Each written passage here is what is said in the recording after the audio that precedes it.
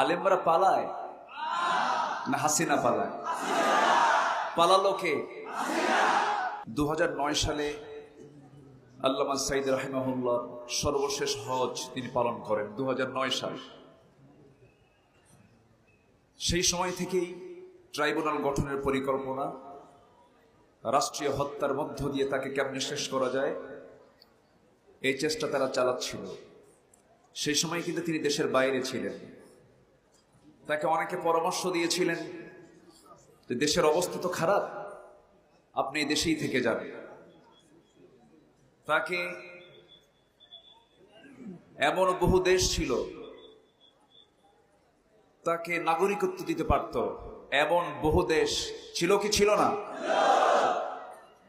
উনি বলেছেন না, আমার দেশ, আমার মাটি, আমি আমার দ্বীনি ভাইদেরকে রেখে আমি